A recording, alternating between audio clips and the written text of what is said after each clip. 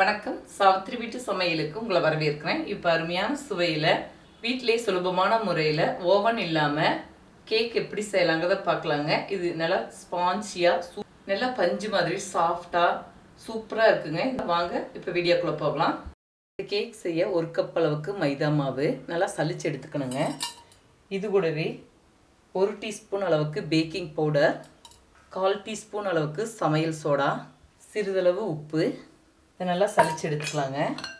இது கூடவே மிக்சி ஜாரில் 1/2 கப் அளவுக்கு சர்க்கரை, 2 முட்டை உடச்சிருக்குங்க, இதையும் சேர்த்துக்கலாம். இது கூடவே 1/2 கப் அளவுக்கு ஆயில், வாசம் இல்லாத ஆயிலை எடுத்துக்கோங்க. கடலெண்ணெய், நல்லெண்ணெய், தேங்காய் எண்ணெய் இந்த மாதிரி சேர்க்கக்கூடாதுங்க. சன்ஃப்ளவர் ஆயில், கோல்டு வினர் ஆயில் இந்த மாதிரி வாசம் இல்லாத ஆயில் சேர்த்திக்கும் போது கேக்குக்கு சரியாக இருக்கும். 1/4 கப் அளவுக்கு காய்ச்சி ஆற வச்ச பால், இதை நல்லா மிக்சி ஜாரில் இதெல்லாம் ஒன்று சேர்கிற மாதிரி நல்லா அடித்து எடுத்துக்கலாங்க.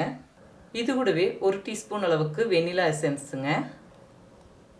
இப்போ எல்லாத்தையும் ஒன்று சேர நல்லா அடித்து எடுத்தாச்சுங்க. இது இந்த மைதா மாவு கலவை கூட கலந்துக்கலாம். இதெல்லாம் ஒன்று சேர்கிற மாதிரி நல்லா விஸ்க் வச்சு கலந்து விட்டுக்கலாங்க. இப்போ அடிகனமான குக்கர் ஒன்று எடுத்துருக்குங்க. இன்றைக்கி இந்த கேக் குக்கரில் தான் செய்ய போகிறேங்க. நீங்கள் அடிகனமான பாத்திரத்துலையும் கூட செய்துக்கலாம். இது குக்கரை ஒரு 10 நிமிஷம் மீடியம் ஃப்ளேமில் ஃப்ரீ ஹீட் பண்ணி வச்சுக்கலாங்க. இந்த ஸ்டாண்டு வச்சுக்கலாம். பேக் பண்ணுற ட்ரேலிங்க சுற்றிலும் கொஞ்சமாக எண்ணெய் தடவிக்கலாம். இது கூடவே மைதா மாவு கொஞ்சம் போட்டுக்கலாங்க. இந்த பாத்திரம் முழுவதும் லேசாக இந்த மாதிரி பரவலாக நம்ம சுற்றி விட்டுக்கிட்டால் உங்களுக்கு கேக் ஒட்டாமல் நல்லா வருங்க. பட்டர் சீட் இருந்தாலும் கூட போட்டுக்கலாங்க. கட்டிகள் இல்லாமல் நல்லா ஒன்று சேர இந்த மாதிரி பக்குவத்தில் நல்லா கலந்து வச்சாச்சுங்க.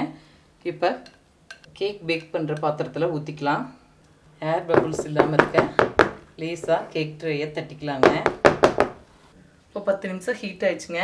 கேக் உள்ளே வச்சுக்கலாம். கேக் பேக் பண்ணுற இந்த பாத்திரம் சுற்றிலும் இந்த குக்கரில் ஒட்டாத மாதிரி நடுவில் பார்த்து பக்குவமாக வச்சுக்கணுங்க. இந்த மாதிரி ஸ்டாண்ட் வச்சுருப்பாங்க பாருங்கள். இந்த மாதிரி இந்த கேக் பேக் பண்ணுற பாத்திரம் குக்கரில் வைக்கிறதுக்கு இந்த மாதிரி 2 ஸ்டாண்டில் ஏதோ ஒரு ஸ்டாண்டு உங்களுக்கு கிடச்சா அதை வச்சு நீங்கள் பாத்திரத்தை மேலே வச்சு கேக் பேக் பண்ணும்போது உங்களுக்கு சரியாக வரும். அதே மாதிரிங்க குக்கரில் உள்ளே கேஸ்கட் போடக்கூடாது, மேலே விசில் போடக்கூடாது. இப்போ மூடி வச்சிடலாங்க. மூடி வச்சுட்டு லோ ஃப்ளேமில் ஒரு 40லேருந்து 45 நிமிஷம் வச்சுக்கிட்டால் சரியாக இருக்கும். இப்போ 45 நிமிஷம் பக்கம் லோ ஃப்ளேம்லேயே வேக வச்சுட்டேங்க. அடிக்கடி மூடியை திறந்து பார்க்கக்கூடாதுங்க. கேக் நல்லா வெந்துருச்சான்னு இந்த மாதிரி ஒரு ஸ்டிக் வச்சுக்கோங்க.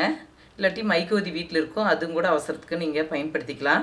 இது இப்படி குத்தி பார்க்கும்போதுங்க இந்த குச்சியில் ஒட்டாமல் வரணும். தயாராகிடுச்சுங்க. எடுத்து வெளியே வச்சிடலாம். கேக் சூடாகட்டுங்க, அதுக்கப்புறம் எடுத்துக்கலாம். கேக் சூடாகிடுச்சு. ஓரங்களில் இந்த மாதிரி எடுத்து விட்டுட்டு நம்ம கவித்தி வைக்கும்போதுங்க சீக்கிரமாக வந்துடும்.